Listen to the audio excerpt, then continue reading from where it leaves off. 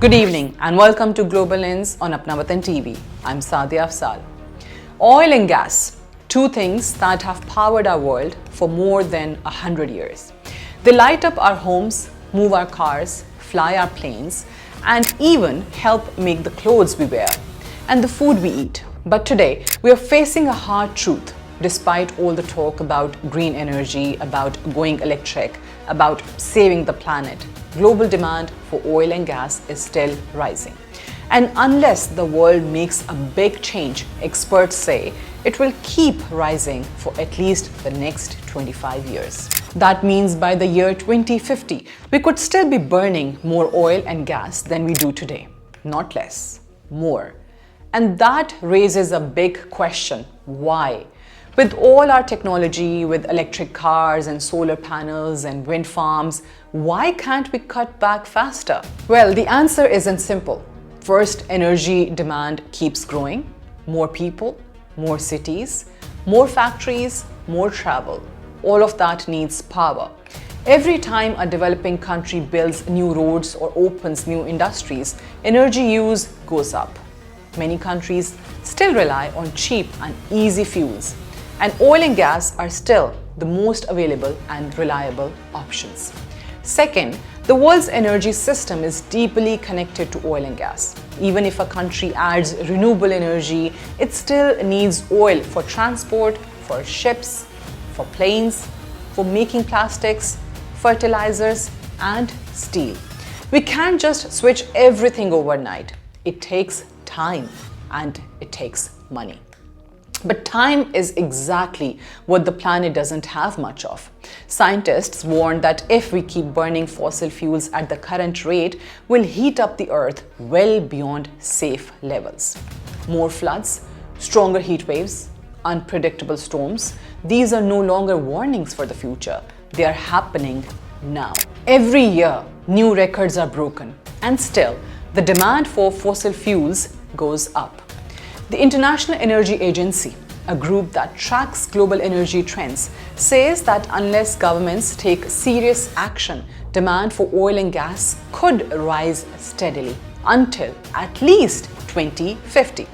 Even with electric cars becoming more common, even with renewable energy expanding, it's not enough to offset the growing use of energy worldwide.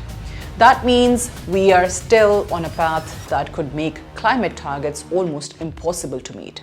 So what's stopping us from changing course? Part of it is politics, part of it is money. Oil and gas industries are huge employers and taxpayers. They shape national budgets. Some countries depend almost entirely on selling oil and gas to fund their economies. Changing that means finding new jobs, new income sources, and new technologies. And that is not easy. Then there is habit. We have built our entire modern world around fossil fuels. Roads, vehicles, power stations, factories, everything has been designed with oil, gas, or coal in mind. Turning that around takes decades of planning and massive investment. And while many nations promise to cut emissions, very few are moving fast enough to actually making a big difference. But it's not all bad news. There's progress too. Renewable energy like solar and wind is growing faster than ever before. Prices are dropping and new innovations keep coming. Electric vehicles are becoming more affordable and battery technology is improving. Some countries are already planning to phase out gasoline cars in the next 10 to 15 years, and that is encouraging. Yet, it's still not enough. Because while clean energy is growing, global energy demand is growing faster. In other words, we are adding renewable on top of fossil fuels, not replacing them. Think of it like adding salad to a fast food meal. It helps, but it doesn't fix the main problem. So where does that leave us? It leaves us with a big choice. Keep going the way we are and face a hotter, harsher planet, or make the tough changes now. It's not just about governments, it's about all of us. From how we travel, to what we buy, to how we heat our homes and run our businesses, every choice matters. And perhaps the biggest question isn't whether we can change, it's whether we will. Because the science is clear, the warnings are loud, and the window for action is closing.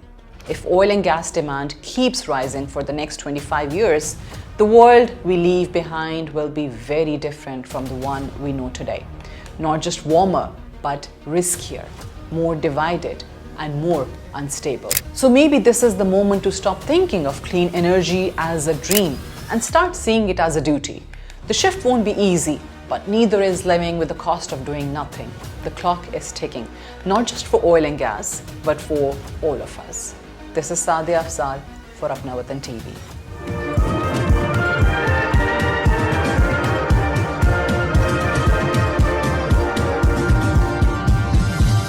You are watching Apna Watan.